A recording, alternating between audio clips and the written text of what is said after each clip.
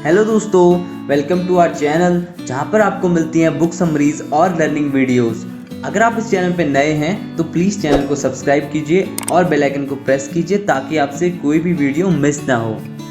दोस्तों, maximum time आपने ये बातें सुनी होंगी कि अमीर दिन प्रतिदिन अमीर हो रहे हैं और गरीब और भी गरीब होते जा रहे हैं। तो आज इसके पीछे का रीज़न जानने की कोशिश करेंगे।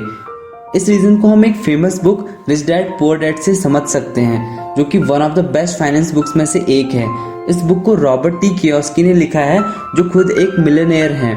दोस्तों, ये वीडियो आपकी लाइफ में बहुत काम आने वाली है, इसलिए वीडियो को लास्ट तक जरूर देखिएगा।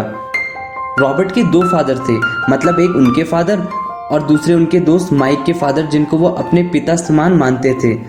रॉबर्ट अपने फादर को पुअर डैड कहते थे और माइक के फादर को रिच डैड। जो पुअर डैड थे उन्होंने पीएचडी की थी और उनके रिच डैड ने 8th भी पास नहीं किया था, जो बाद में हवाई के सबसे अमीर आदमी बने। दोनों ही रॉबर्ट को सलाह देते थे, परंतु रॉबर्ट कंफ्यूज हो जाते थे कि उन्हें किसकी बात सुननी चाहिए, क्योंकि रिच डैड ना तो अभी रिच हुए थे और पुअर डैड ना ही अभी पुअर हुए थे।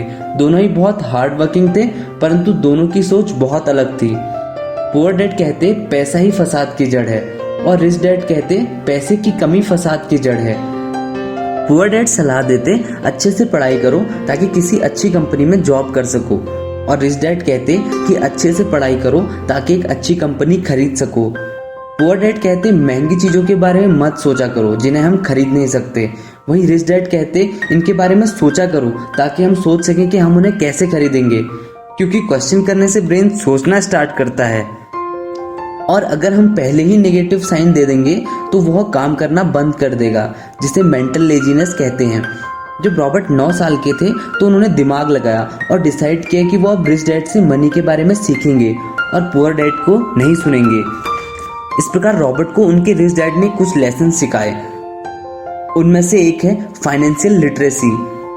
रिच डैड कहते हैं कि सिर्फ पैसा कमाने से अमीर नहीं बनते, पैसा कमाने के बाद हम कितना पैसा रख पाते हैं और उसे किस तरीके से खर्च कर पाते हैं, ये ज़्यादा इम्पोर्टेंट है। और इसे समझने के लिए तुम्हें एसेट्स और लायबिलिटीज में डिफरेंस पता होना चाहिए।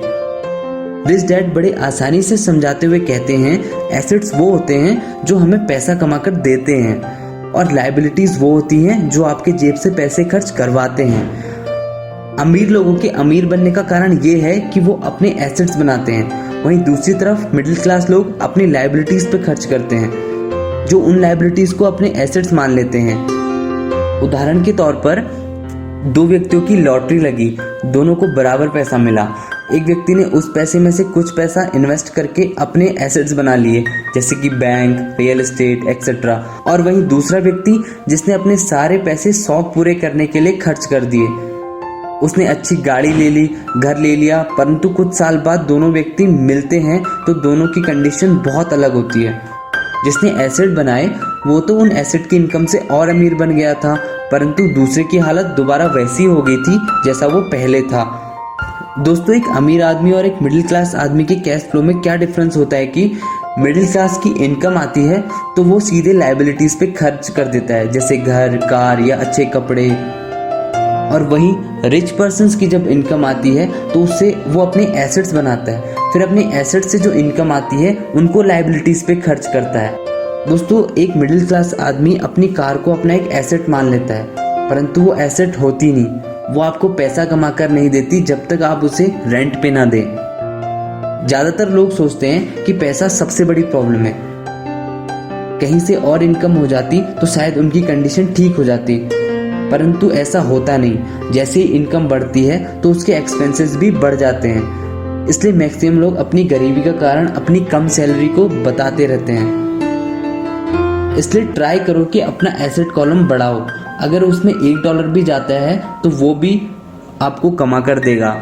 जो दूसरी चीज़ रॉबर्ट ने सीखी वो थी work to learn, don't work for money. Robert एक बार सिंगापुर में इंटरव्यू दे रहे थे। जो फीमेल रिपोर्टर थी वो कह रही थी कि वो भी उनकी तरह बेस्ट सेलिंग ऑथर बनना चाहती है। सब कहते भी हैं उनकी नोवेल अच्छी है, परंतु वो फेमस नहीं हो पाई। तब रॉबर्ट उसे सलाह देते हैं कि उसे सेल्स ट्रेनिंग लेनी चाहिए। इतना सुनने पर जर्नलिस्ट गुस्सा हो जाती है, कहती है कि उसने इंग्लिश लिटरेचर में मास्टरी की है, भला सेल्स ट्रेनिंग उसकी क्या हेल्प करेगी।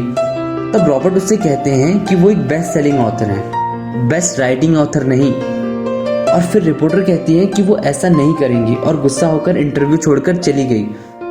रॉबर्ट कहते हैं कि बहुत सारे टैलेंटेड लोग फाइनेंशियली स्ट्रगल करते हैं उस रिपोर्टर की तरह। वो अपनी सक्सेस के लिए बस एक स्किल पीछे होते हैं और यही वो नहीं समझ पाते और सोचते हैं कि एक स्किल पे मास्टरी कर ली तो उसी से वो बहुत अमीर हो जाएंगे, परंतु ऐसा होता नहीं। उदाहरण के तौर पर अगर आपको कोई प्रोडक्ट बनाना आता है तो आपको वो बेचना भी आना चाहिए, तभी आप उसे बेच पाएंगे। तो लेसन का मेन पॉइंट है कि अपने स्किल पर काम करो।